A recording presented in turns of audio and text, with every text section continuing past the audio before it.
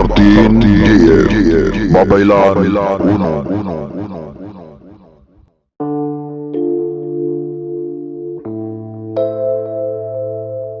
Kamusta mga kaagimat? Welcome back ulit sa aming munting channel na mga babaylan unom sa Agimat 13JF. Ngayon sa video natin mga kaagimat, mayroon naman kaming i-share na sangkap agimat na bagong kuha namin ng mga babaylan unom sa isla na aming pinuntahan. Ang sangkap agimat na ito ay ang trabungko ng alitaptap kaugatan. Ang trabungko na ito ay kakaiba at kung tingnan ang buong ora nito ay makikita ang parang ugat na nagtitipon-tipon. Ito ay isang sinyala na batong trabungko ng mga alitaptap. Ang trabungko na ito ay napurungan ng mga alitaptap. Kumikinang kumikislap ang trabungko ng alitaptap nang ito'y aming nakuha sa engkantadong kagubatan. Ang trabungko na ito ay minsan lamang mahanap at makukuha. Ang sangkap agimat na ito ay mayroong gumagabay na engkantado at engkantada na mayroong taglay na malakas na kapangyarihan pagdating sa mga pampaswerte, katulad lamang kung gagamitin ito ang virtudes niyang gahom sa pampaswerte sa negosyo, nakakatulong ito na mapabilis ang paglago ng negosyo.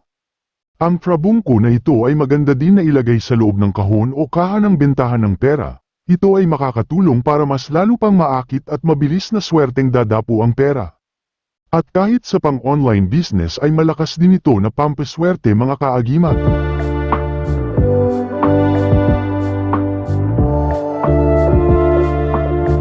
Ang trabungko ay may malakas na kapangyarihang virtudes na kahit sino pa ang gumawa sa iyo ng paninira kontra sa iyong negosyo ay hindi magtatagumpay, at sila ay parusahan ng mga engkantado at engkantadang gabay ng trabungko ng alitaptap. Kung ikaw ay mahilig sa social media at ikaw ay isang influencer, maganda itong virtudes ng agimat trabungko ng mga alitaptap na ikaw ay maging successful at maraming dadapo na tao papunta sa iyong ora.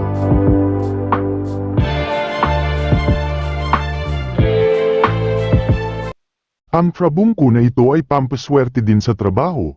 Katulad na lamang kung ikaw ay nagtrabaho sa abroad, ikaw ay maswerte na makatagpo ng mabuting boss, at maswerte na tataas ang posisyon sa trabaho at tataas ang sahod, maging magaan at malambot ang kalooban ng mga nakasama mo sa trabaho, at pati rin ang boss mo, hindi ka nila gawa ng masama kundi ikaw ay kanilang respetuhin. Ang trabungko ay may malakas din na kapangyarihang virtudes na mas lalo pang palakasin ang iyong alindog at karisma, at maging malapitin ka sa mga puso ng kahit sino mang tao na iyong nakasalamuha sa pang-araw-araw. At ang kapalaran mo pagdating sa mga maswerteng bagna ay lumiliwanag.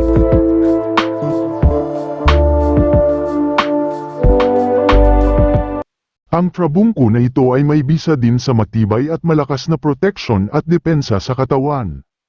Pangontra din ito sa itim na mga kapangyarihan, mayroon din itong kapangyarihan sa wishing aura. Pwede mo dito ibulong sa trabungko ang iyong mga good wishes o mga hiling. Nakakatulong din ang trabungko na ito para sa pagbalanse ng bawat mong emosyon, at nakakatulong na itaboy ang bangungot o mga negatibong enerhiya.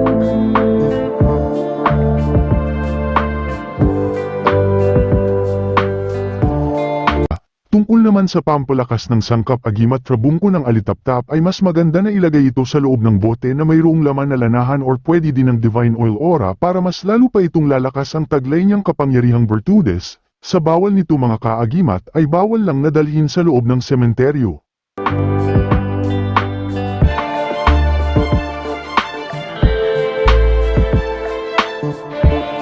Sa pagtatapos ng ating video ay muli po akong nagpapasalamat sa inyong mga kaagimat.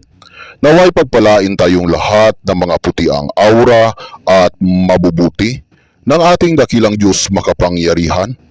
Ilayo sa mga sakit, iliwas sa mga hindi inaasahang mga panganib, at likupin ng kabanal-banalang birtudis niyang gahom at ibuhos ang swerteng bugna.